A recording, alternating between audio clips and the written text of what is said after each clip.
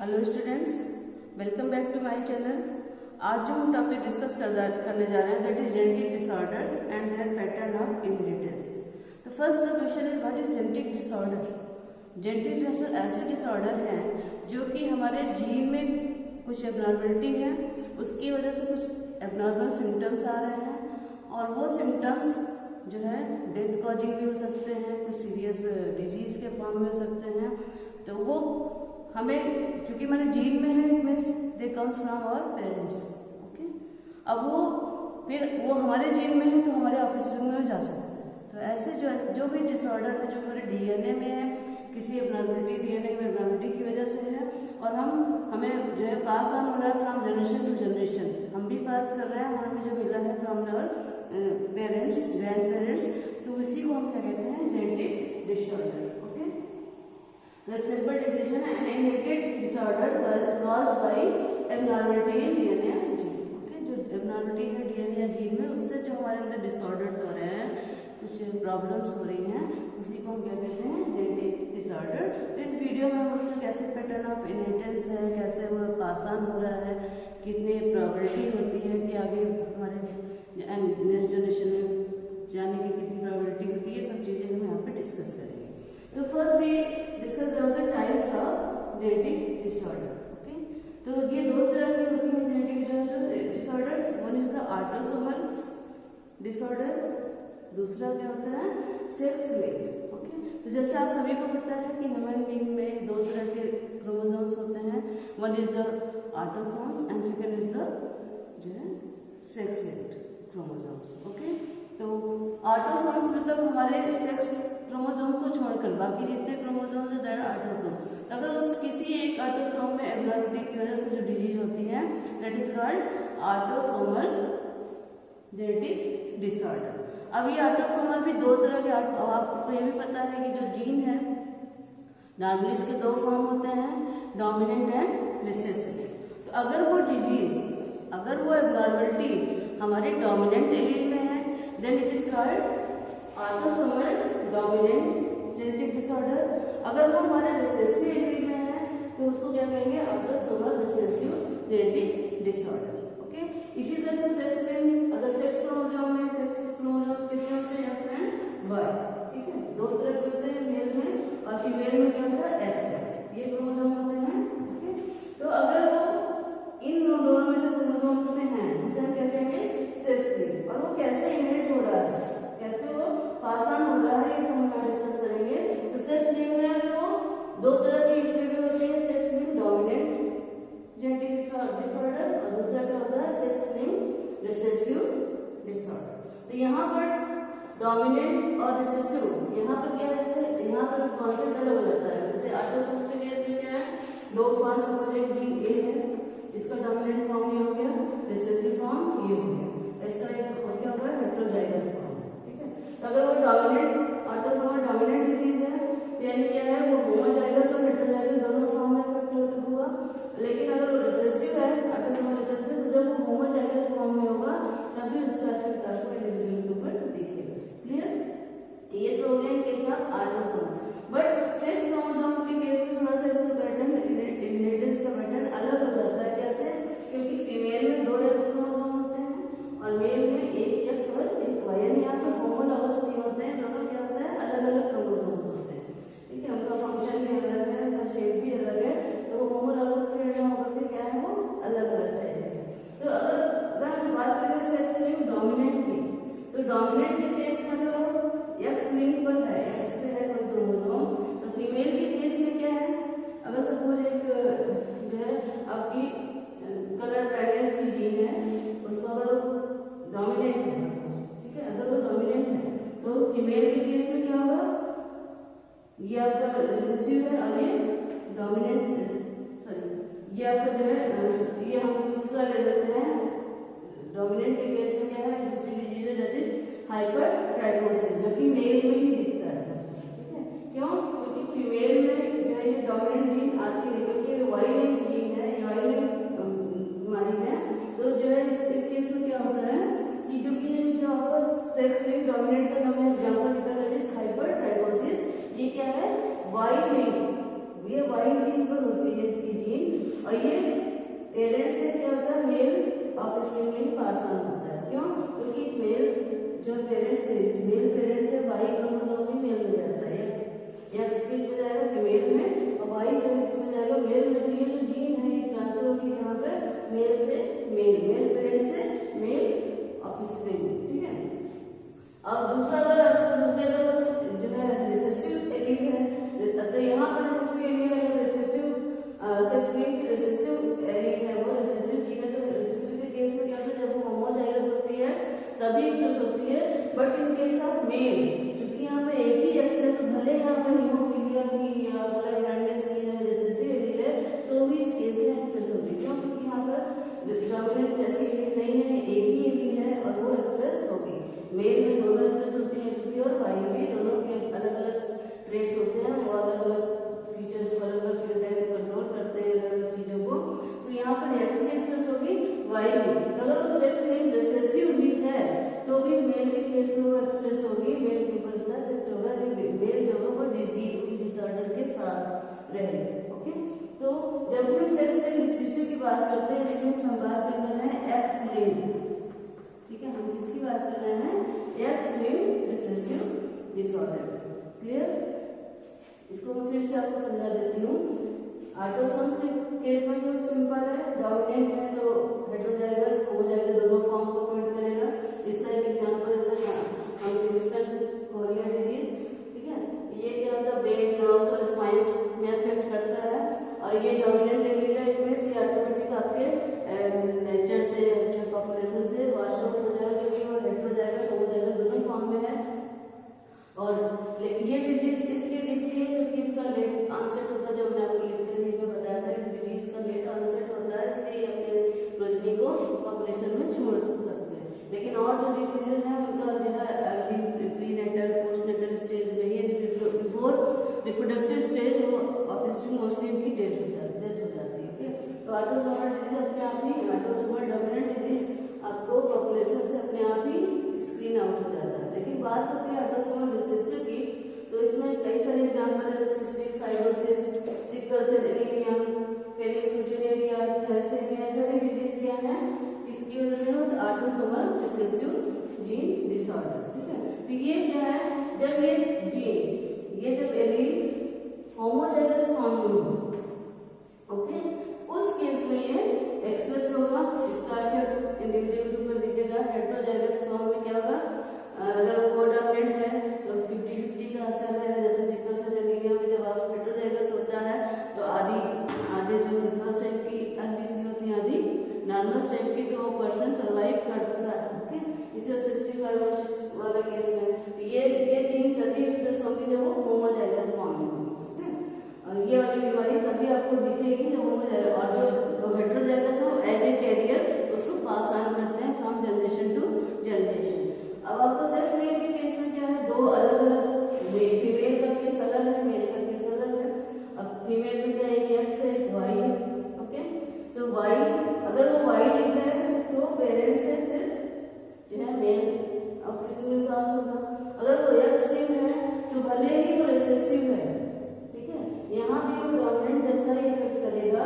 यानी अगर वो मेल में वो जीन गई है, भले वो रिसेसिव एलील हो, भले वो डोमिनेंट एलील हो, यहाँ पर उसका इफेक्ट दिखेगा। यानी वो जो इंडिविजुअल मेल है तो वो उसके अंदर वो डिसऑर्डर होगा, 100% डिसऑर्डर होगा।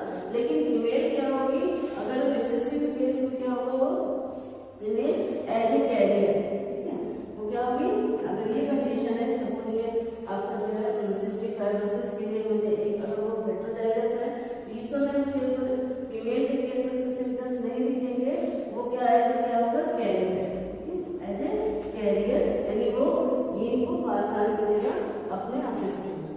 ओके, इस तरह से इसका इन्हेरिटेंस होता है। अब हम वन बाय वन एक एक डिजीज को डिस्कस करेंगे। तो first we discuss about the autosomal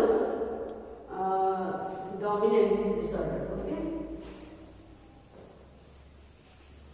autosomal dominant disorder, जिसका एग्जांपल है आपका हंटिंगटन डिजीज। ओके, इसको मैंने आपको लिथेरेपी के केस में बताया था कि अगर सपोज एक इंडिविजुअल है, यहाँ पे डिग्री सिंबल्स को यूज करेंगे। ओके, यहाँ पे डिग्री सिंबल्स को यूज कर देंगे। सपोज एक फीमेल है,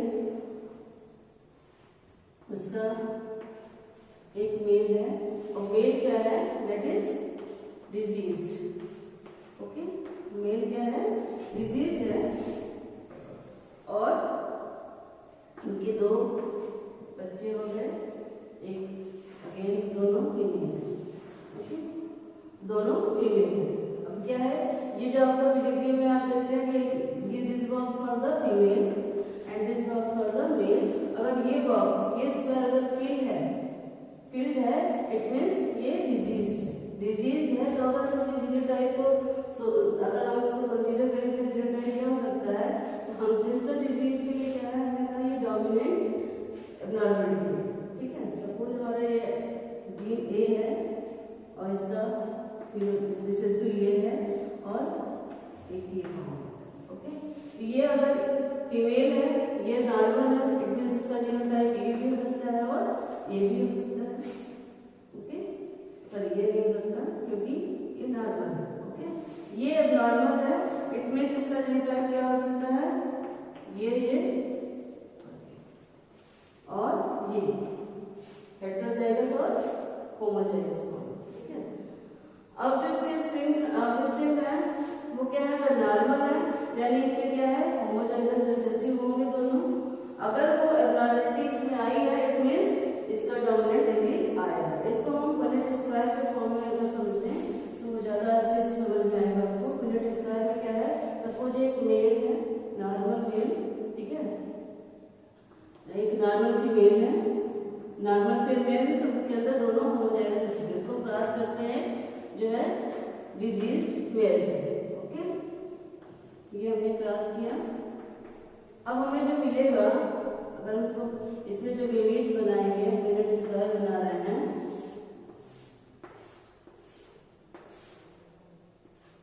this is our female, this is female, इसके दोनों एक ही जैसे इमेज होंगे, इसके क्या होंगे ये, ठीक है, डिजीज है, ठीक है, डिजीज है। अब यहाँ पर क्या है, जो हमारी प्रोजनी होगी वो क्या होगी, 100% सबके अंदर क्या होगा, वो बीमारी होगी, यानी 100% वो क्या होंगे, डिजीज होगा, यानी कोई भी प्रोजनी आपकी सही नहीं है। तो इसमें क्या होता है, जो आपको लीथल जीन हमने बताया था कि जो ये वाली प्रोजनी होती है, ये जल्दी आपको एटमॉस्फेयर में नहीं मिलती, हमेशा किस फॉर्म में मिलेगी, this form, okay.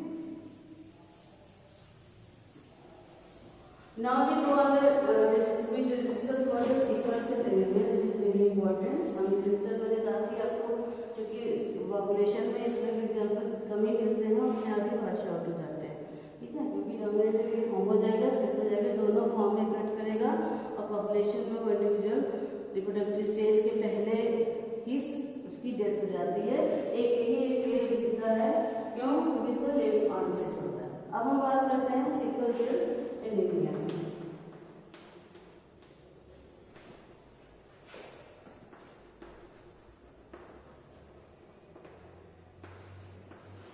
Sickle cell anaemia क्या है, ऑटोसोमल रिसेसिव डिसऑर्डर, ओके। तो इसको सबसे पहले 1910 में इसको हेरिक ने देखा था, ठीक है, सबसे पहले किसने देखा था, हेरिक ने 1910। तो इसमें एक्चुअल में क्या होता है, जो बीटा चेन होती है, बीटा चेन ऑफ हीमोग्लोबिन, ठीक है, बीटा चेन ऑफ हीमोग्लोबिन में क्या होता है, छोटा सा पॉइंट म्यूटेशन होता है, छोटा सा एक पॉइंट म्यूटेशन होता है। तो जो नॉर्मल डीएनए है, क्या है, जो नॉर्मल डीएनए है उसके अंदर क्या होता है, आपका जो है वो नॉर्मल डीएनए का जो न्यूक्लियोटाइड सीक्वेंस होता है, दैट इज CTC, ओके। क्या होता है, CTC। जब इसकी एमआरएनए बनता है, जिसका ट्रांसक्रिप्शन होता है,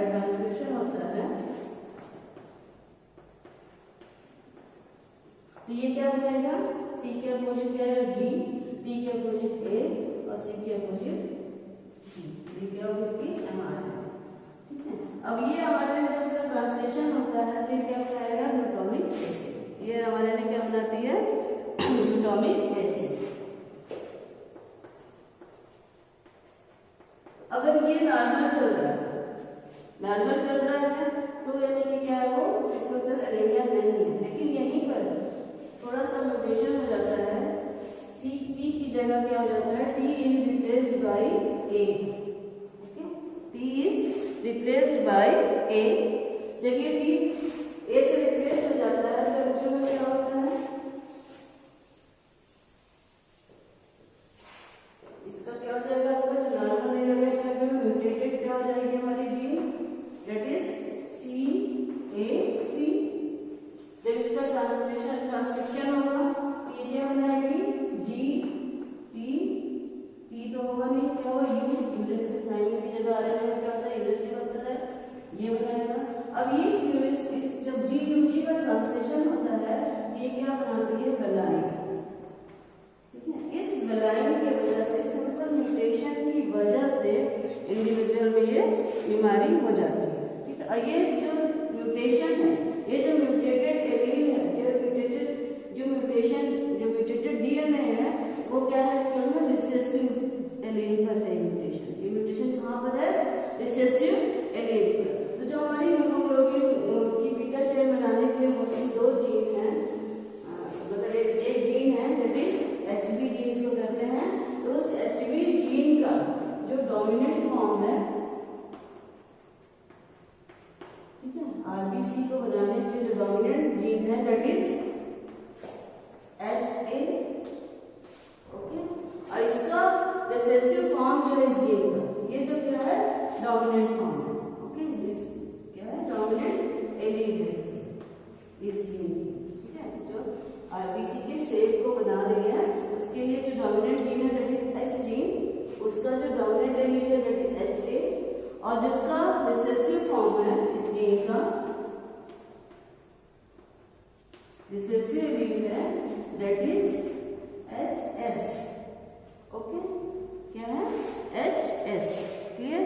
अब जो है आपका जो है अब जो उसका जीनोटाइप इंडिविजुअल का हो सकता है, क्या क्या हो सकता है, एक तो होगा एच ए हो सकता है इंडिविजुअल में जीनोटाइप, दूसरा क्या हो सकता है एच ए एच एस, तीसरा क्या हो सकता है H S.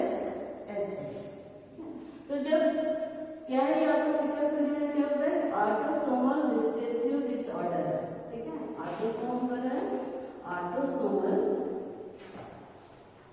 Recessive disorder.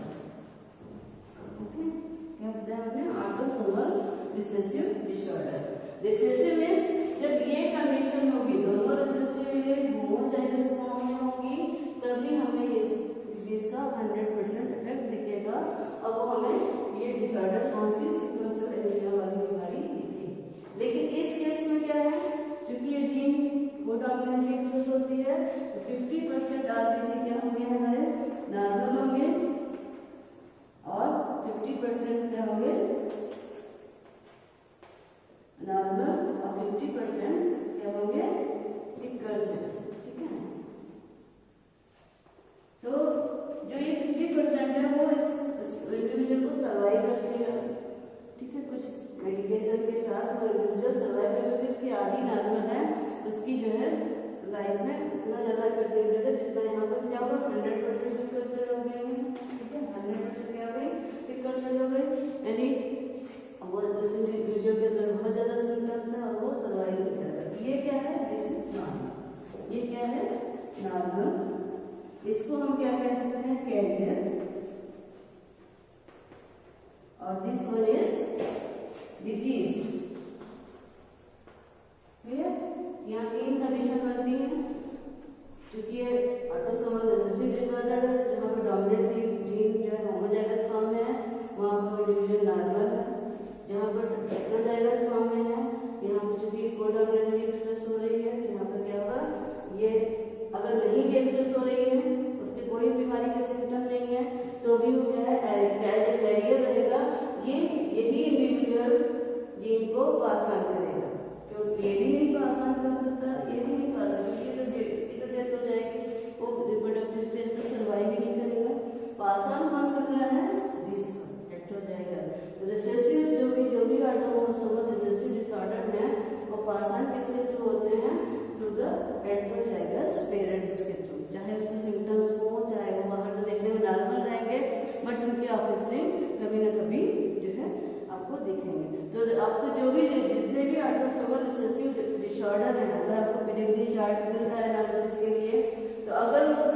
Generation में स्किप है, जैसा किसी फैमिली की फैमिली ट्री देख रहे हैं, उसमें किसी बीमारी किसी ट्रेट को देख रहे हैं, अगर वो किसी जनरेशन में नहीं दिख रही है, वो ट्रेट किसी में दिख रहा है, इसका मतलब कि वो क्या है, रिसेसिव डिसऑर्डर। मेल फीमेल दोनों में है, लेकिन किसी किसी जनरेशन में नहीं है, फिर दूसरे जनरेशन में आ गई, पहले में थी ग्रैंड पेरेंट के जनरेशन में थी, पेरेंट्स के जनरेशन में नहीं है, फिर हमारे जनरेशन में आ गया।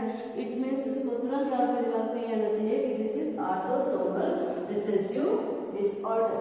ओके, कोई ना कोई जनरेशन स्किप कर देगा, उसके बाद वो किसी जनरेशन में दिखेगा। सिकल सेल एनीमिया में होता क्या है, इंडिविजुअल की जो आरबीसी है नॉर्मल सर्कुलर शेप में होती है, इसमें क्या हो जाता है, सिकल शेप में हो जाती है। अब सिकल शेप की वजह से क्या होता है, उसकी ऑक्सीजन कैरिंग कैपेसिटी डिक्रीज हो जाती है। फर्स्ट क्या होता है, ऑक्सीजन कैरिंग कैपेसिटी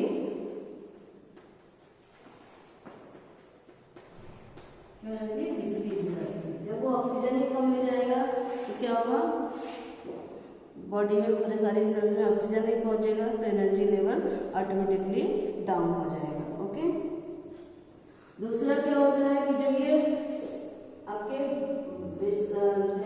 वेन्स में फ्लो होता है जब ब्लड का, तो इसकी सेल की वजह से क्या होता है, एक जगह कोगुलेट हो जाता है, क्लम्पिंग टाइप बना लेते हैं, तो वहाँ पर ब्लॉकेज बना देते हैं। जो नॉर्मल फ्लो की जगह ब्लॉकेज हो जाता है, तो इस तरह से वहाँ पर जब ब्लॉकेज हो गया तो डिफरेंट टाइप के डिस्चार्जेस, ब्लॉकेज की वजह से क्या हो जाता है, डेथ भी हो सकती है। ओके, आगे ब्लड नहीं पास होगा तो अब उस पर्टिकुलर एरिया में ब्लड नहीं पहुंचेगा, इस तरह के तमाम सारे प्रॉब्लम हो जाते हैं सिकल सेल एनीमिया वाले पेशेंट को। तो जिनकी जो रिसेसिव होमोजाइगस है, वो तो उनका तो सर्वाइव करना ही मुश्किल होता है, भले बर्थ हो गया, सर्वाइव के रिप्रोडक्टिव स्टेज के पहले उनकी डेथ हो जाती है। जो हेटेरोजाइगस है वो अपने 50% के साथ सर्वाइव करते हैं और वो ही पास ऑन करते हैं जीन को, और क्योंकि जो होमोजाइगस डोमिनेंट है उनके पास ऐसी कोई एलील ही नहीं है, ऐसी कोई जीन ही नहीं है, तो वो जो है पास ऑन नहीं करते। तो इसकी जैसे इसमें कुछ प्रॉब्लम्स आती हैं डिग्री एनालिसिस के लिए, इस तरह के क्वेश्चन आपको एग्जाम में आता है, तो वो सब आपको डिटेल में हम नेक्स्ट वीडियो में बताएंगे। सपोज एक मेल है, रेक्टेंगल फॉर द मेल, और फीमेल है जो कि क्या है आपकी, इस बॉक्स का मतलब डिजीज है।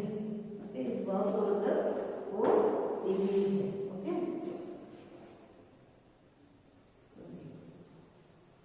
इस बॉक्स का मतलब क्या हमारा, मेल क्या है, डिजीज है, फीमेल क्या है, नॉर्मल। ओके, मेल क्या है, डिजीज है, और फीमेल क्या है, नॉर्मल है। इनके 3 बच्चे अगर दिखाते हैं, one is the male, 2 female. इसमें से एक फीमेल क्या है, डिजीज। ठीक है, अब हम जो है इसमें कह सकते हैं ये जो मेल है ये क्या है आपका बट नेचुरल है, या तो ये हो सकता है या ये हो सकता है। ठीक है, डिजीज है यानी इसके पास बीमारी है, ठीक है, रिप्रोडक्टिव स्टेज तक सर्वाइव कर रहा है, इसका मतलब उसका ये हो सकता है। फीमेल क्या हो सकती है, चूंकि नॉर्मल दिख रहा है तो ये क्या हो सकती है आपकी, ये हो सकती है। अब इनके जो बच्चे हैं, यानी कि ये जो इंडिविजुअल है जिसको बीमारी हुई है, इसको ये जीन कहाँ से आई है, फादर से आई है। कहाँ से आई है, फादर से। जो आपका मदर से तो कैपिटल नहीं आएगा, यहाँ से फादर से ये जीन आई है, और इस वजह से ये बीमारी। ओके,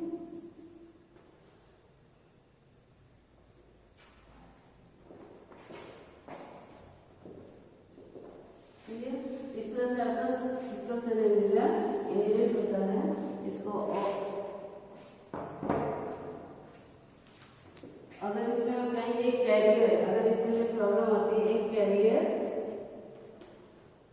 फीमेल, ओके, एक कैरियर इंडिविजुअल या आपकी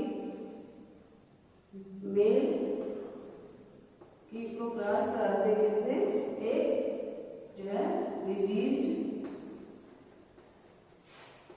फीमेल से। ठीक है,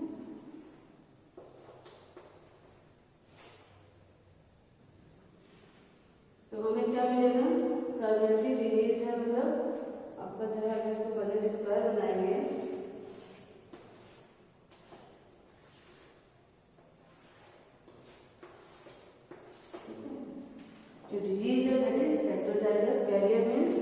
सॉरी नॉर्मल कैरियर मीन्स ये हेटेरोजाइगस है, दिस वन इज डिजीज्ड, ठीक है। हेटेरोजाइगस मीन्स आपका HA और HS ये होगा इसका, और इसका क्या होगा, दोनों क्या है HS और HS, क्लियर। अगर इनका जो है होता है क्रॉस, इनकी मैरिज होती है तो क्या होगा आपका मेल के दोनों फीमेल्स क्या होंगे HA और HS होंगे, फीमेल की क्या होंगी आपकी HS और HS, ठीक है। अब आपका जब ये प्रोजेनी होंगे HA HS, इसका HS this one HASS and this one HS, यानी आपके जो है 50% इस केस में क्या होंगे, 50% क्या होंगे कैरियर और 50% क्या होंगे आपके डिजीज, ठीक है। डिजीज कौन कौन से हैं, ये दोनों डिजीज हो जाएंगे, ये दोनों क्या रहेंगे कैरियर, यानी कैरियर जो है आसान करेंगे डिस्क्रिमिनेशन, ओके। अगर हम इसको मेल और फीमेल के केस में समझें, किसी बीमारी को ऑटोसोमल डिसऑर्डर को, ये जो मैं ऑटोसोमल डिसऑर्डर बता रही हूँ, ये जितने भी ऑटोसोमल डिसऑर्डर हैं सब में आपका इसका इनहेरिटेंस इसी पैटर्न में होगा, ठीक है। जितने भी ऑटोसोमल डिसऑर्डर, चाहे वो फेनिक्यूटेरिया हो, चाहे थैलेसेमिया हो, चाहे वो आपका जो है सिस्टिक फाइब्रोसिस हो, चाहे वो जो है क्या हो, तो जितने भी डिसऑर्डर हैं ऑटोसोमल डिसऑर्डर सब में जो है इसी तरह से आपका जो है इनहेरिटेंस होगा, ठीक है। ऑटोसोमल कैसे होगा, सपोज ये हमारे पास पीडीडी चार्ट आते हैं तो इस तरह के क्वेश्चन एग्जाम में आते हैं, क्या है, सपोज आपका एक दिस इज फीमेल, ठीक है, ये क्या है आपका मेल, ठीक है।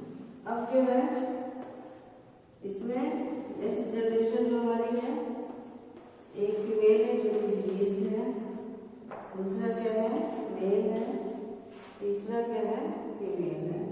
अब इस मेल को की शादी हो गई जिससे एक नॉर्मल फीमेल से, और इनके जो बच्चे हैं उसमें क्या है आपके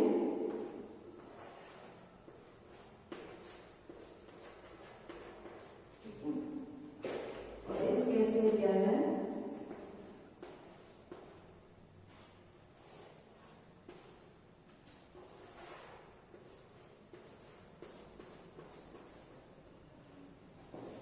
ऐसे आपको क्वेश्चन आएंगे, आपको सिंपल आपको पीडीपी बनी रहेगी, आपको ये फ्लो चार्ट बना रहेगा। इसमें आपको क्वेश्चन क्या आ सकता है कि ये जो किस तरह का डिसऑर्डर है, पहला तो क्वेश्चन क्या बनेगा, ये किस तरह का डिसऑर्डर है, ठीक है। तो ऑटोसोमल डिसऑर्डर के लिए क्या होगा, आप देख रहे हैं मैंने कहा कि एक जनरेशन में कभी कभी स्किप हो जाता है, ठीक है। जैसे इस आपके पेरेंट जनरेशन में बीमारी दिख नहीं रही है, ठीक है, लेकिन उनके पास थी तभी फिर बच्चों के पास आएगी। पेरेंट्स में पेरेंट्स आपको क्या दिख रहा है, नॉर्मल मदर भी दिख रही है और नॉर्मल फादर भी दिख रहे हैं, ठीक है।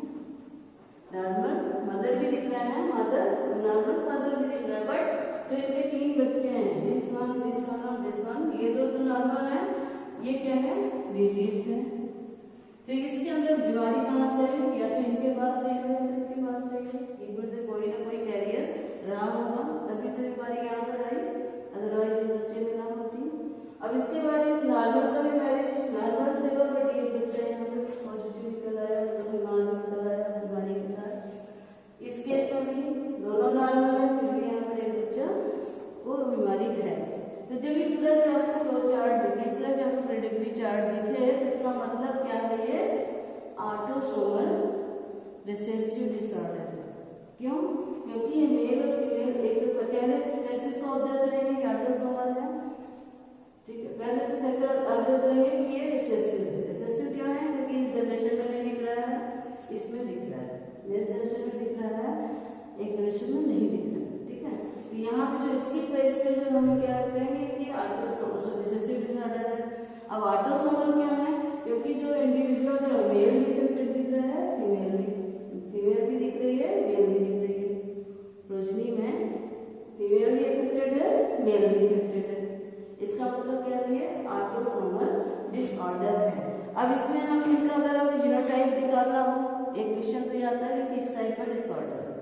ठीक है।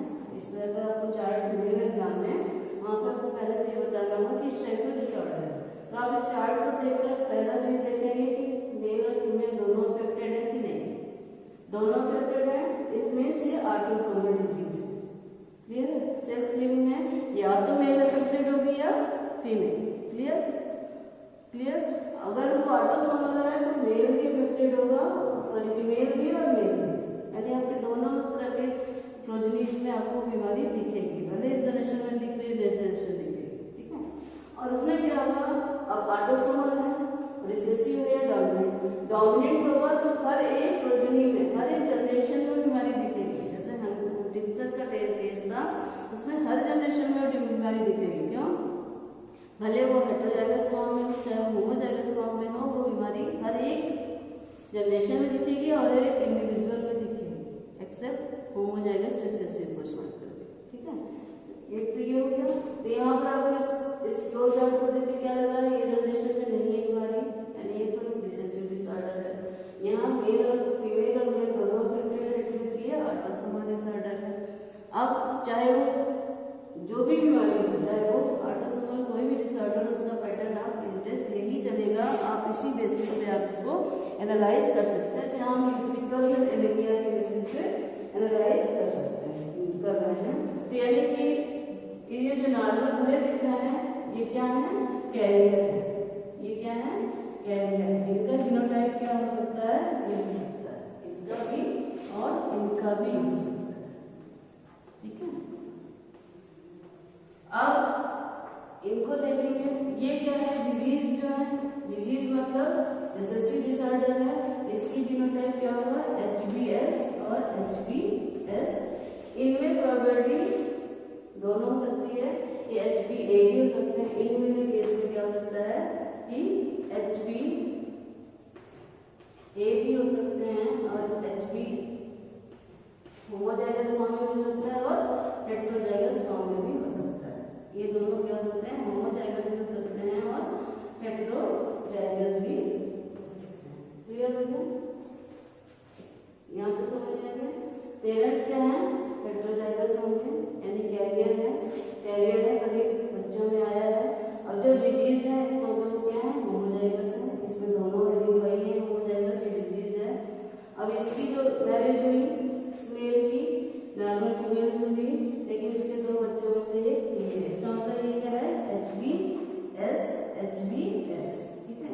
ये अब इसमें एक, अगर ये कैरियर है, एक तो यहाँ से आ जाएगा, यानी ये भी कैरियर है, तभी तो दोनों, जो दोनों क्या है, तो ये भी क्या होगा, ये भी क्या होगी, कैरियर होगा, HBA HBS। ठीक है। क्लियर हो गया? अगर इसमें से, तो इसका जीनोटाइप क्या होगा, HBA HBS। ठीक है। क्लियर।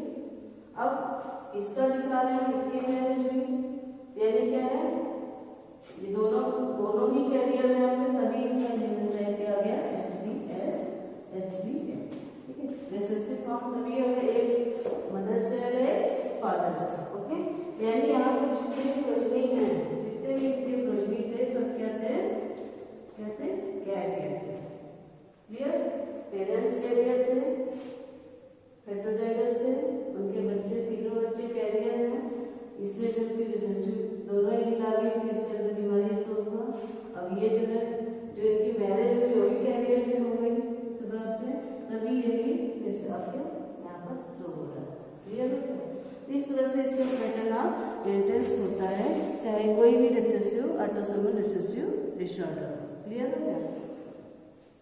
अब सपोज अगर ये क्या होता, नॉर्मल होता, ठीक है, इसके अंदर HBA HBA होती, तो भले ही कैरियर से शादी होती है इसकी, ठीक है, HBS HBS से किसी भी बच्चे का ये कंडीशन ना हो, सब क्या होते हैं, जिसके अंदर ये लिख जाता, आप सिंगल मेंटल के उससे देखिए, अगर ये मैरिज आप दिखा रहे हैं तो क्या है, कैसे होगा, मेंटल का जो क्वालिटी स्क्वायर बनाएंगे, क्या है HBA HbA, ओके। यहाँ पे क्या है HbA और HbS, क्लियर। क्या होगा दो नॉर्मल, ये भी क्या होगा नॉर्मल, यहाँ पे क्या होगा HbA HbS और HbA HbS। यानी कोई भी डिजीज ना होगा 50% अगर के बच्चे नॉर्मल हो गए, 50% कैरियर हो, क्लियर। तो यहाँ पर क्या है, क्योंकि यहाँ पर इनकेस जनरेशन में भी आ गया है डिजीज प्रोजेनी, इसका मतलब क्या है कि ये दोनों क्या थे नॉर्मल नहीं थे, दोनों क्या थे कैरियर थे, both parents are carrier, clear. दोनों क्या थे कैरियर थे उस डिजीज के, भले उनके अंदर वो डिजीज शो नहीं हो रही थी लेकिन वो क्या थे कैरियर थे। उनके इस बच्चे में ये वाली बीमारी आई, जो बाकी कैरियर थे अगर उनकी नॉर्मल से मैरिज होती तो वो जीन थोड़ी धीरे धीरे करके वाशआउट हो जाती एक दो, लेकिन ये चूंकि यहाँ भी जो मैरिज भी किसी हुई हेटेरोजाइगस हुई, इसलिए फिर से इसमें ये बीमारी थी, ओके। तो ऑटोसोमल रिसेसिव डिसऑर्डर तभी शो होगा जब वो होमोजाइगस फॉर्म में है, हेटेरोजाइगस फॉर्म में कुछ एबनॉर्मलिटी के साथ इंडिविजुअल सर्वाइव करता रहता है, ओके। तो चाहे वो कोई भी डिजीज हो ऑटोसोमल की, sickle cell anaemia, phenylketonuria, cystic fibrosis, thalassaemia, सबका यही पैटर्न ऑफ इनहेरिटेंस होता है, क्लियर। जब वो रिसेसिव होमोजाइगस फॉर्म में है तो बीमारी दिखेगी, नहीं है तो नहीं दिखेगी। आप हेल्दी एनालिसिस के समय में दो चीजें ध्यान रखेंगे हमेशा, किसी जनरेशन में अगर बीमारी को ट्रेट स्किप है इसका मतलब वो रिसेसिव है, ठीक है। हर एक जनरेशन को ट्रेट नहीं दिखेगा, कहीं ना कहीं स्किप होगा, तो तुरंत आपके दिमाग में क्लिक होना चाहिए दिस इज रिसेसिव डिसऑर्डर। और अगर मेल और फीमेल दोनों इंडिविजुअल बीमारी से उस ट्रेट से वो ट्रेट दोनों में जा रहा है, जैसे आपके हेरिडिटी चार्ट में फीमेल में भी है वो ट्रेट और मेल में भी है, इसका मतलब क्या है वो ऑटोसोमल रिसेसिव डिसऑर्डर, क्लियर हो गया। कल हम जो डिस्कस करेंगे नेक्स्ट वीडियो में दैट इज जो है सेक्स लिंक्ड डिसऑर्डर्स, ओके। तो थैंक यू वेरी मच। अगर आपको हमारी वीडियो लेक्चर समझ में आ रहा हो हमारे जो है तो आप प्लीज़ हमारे चैनल को सब्सक्राइब कीजिए। Thank you.